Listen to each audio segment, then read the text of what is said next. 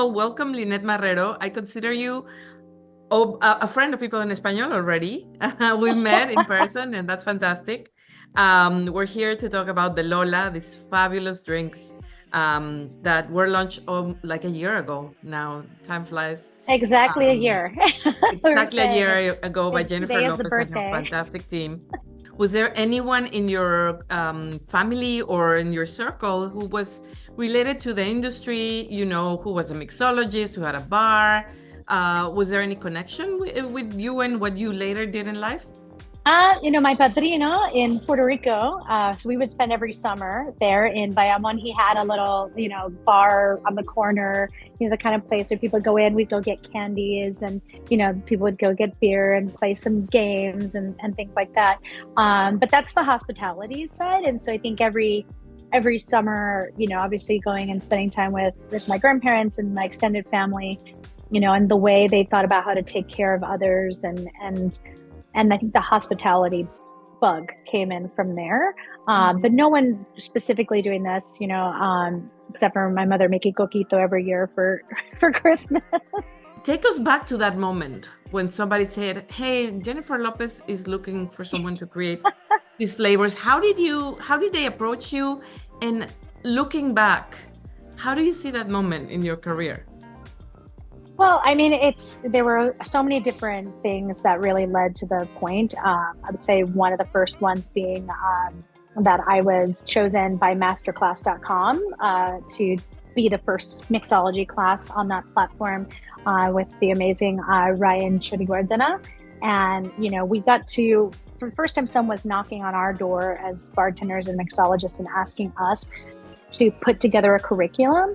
And so I had a lot of opportunity to engage with lots of people through this virtual platform about what it means to make drinks, and people would write me and ask me questions. And that was the first big exchange. And I was very fortunate to have a very public platform during a time where, people were really trying to find things to do, and somehow creatively getting into their bar together was a way that people were connecting. And I really felt really fortunate for that. And to your point, Jennifer is very thoughtful, and, she had been already kind of working and ideating with Jenna Fagnan and Ken Austin. They were working with Jennifer, and she was expressing the kind of beverage she wanted out in the world. And luckily I had also at that time was doing some work for them, doing some media and PR appearances virtually and in studio at the time. At first they kind of pitched the project to me, told me, what the person, I didn't know who it was yet, was looking for and what they wanted. And there was this there was this beautiful lifestyle, and and they're like, we want these style of drinks, and they're inspired by this place and this Italy and the coast and all of that. And so I had an opportunity to sit and think and dream and piece together some ideas, and I did like several different variations of styles of drinks that could go and fit, and then they presented them back, which I now know was to Jennifer. And then there was, some, like, that was kind of the first audition, see where my palette is, see where it goes.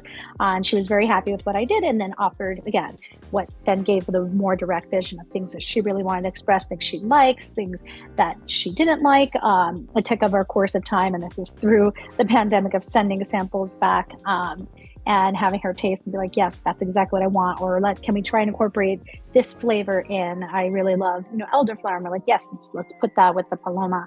And so that was really great. And then obviously, after that first pass, Ken and Jenna told me it was Jennifer Lopez, and I cried a little bit. I was like, oh my God, because it's so overwhelming. You're like, at that point, you're like, this is huge, but also, it was great to be able to create something for someone not knowing who they were. If I would have known who it was, maybe I would have not been as authentic to myself. I would have gotten in my own head and been like, I'm trying to get something that I think she'd like. Instead, I was just building off of that, of her vision of what she stated of what it needs to capture in a vibe. And then over the next, year, and getting the product together, and was definitely, a great exchange of flavors and discussions, and making sure that each element fit. And that's great. I love clear direction. I love someone who's super hands-on.